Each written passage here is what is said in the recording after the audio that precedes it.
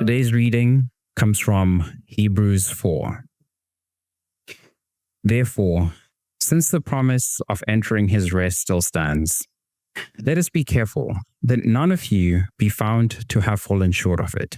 For we also have had the good news proclaimed to us, just as they did. But the message they heard was of no value to them, because they did not share the faith of those who obeyed.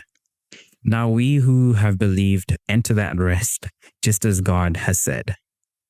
So I declared on oath in my anger, they shall never enter my rest.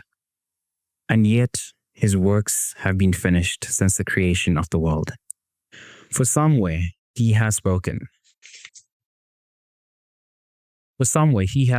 about the seventh day in these words.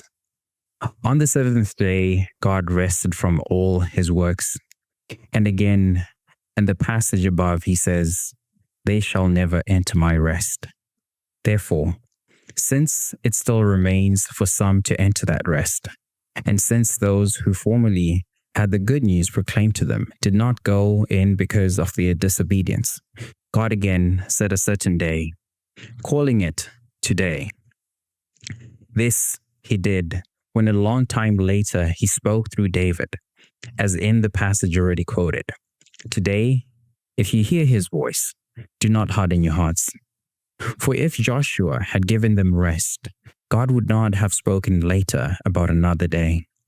There remains then a Sabbath rest for the people of God. For anyone who enters God's rest also rests from their works, just as God did from his.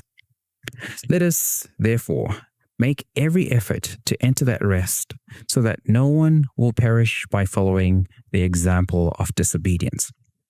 For the word of God is alive and active, sharper than any double-edged sword.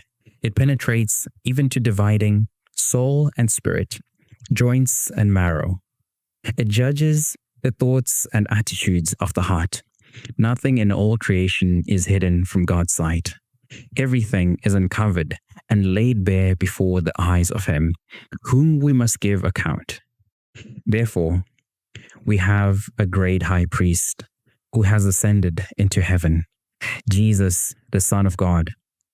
Let us hold firmly to the faith we profess, for we do not have a high priest who is unable to empathize with our weaknesses, but we have one who has been tempted in every way, just as we are, yet he did not sin.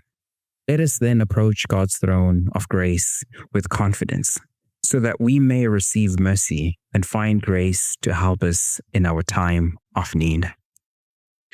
That is the word of the Lord.